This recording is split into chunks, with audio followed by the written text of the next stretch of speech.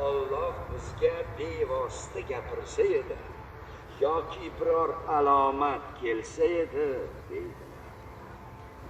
Ulardan oldingilari ham ularning gaplariga o'xshash gaplarni aytgan edilar. Dillarida o'xshashlik bor.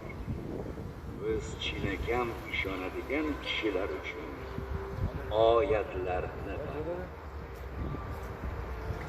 albatta biz sizni haq bilan Qur'on, tavhid, islom bilan xushxabar beruvchi va ogohlantiruvchi qilib yubordik.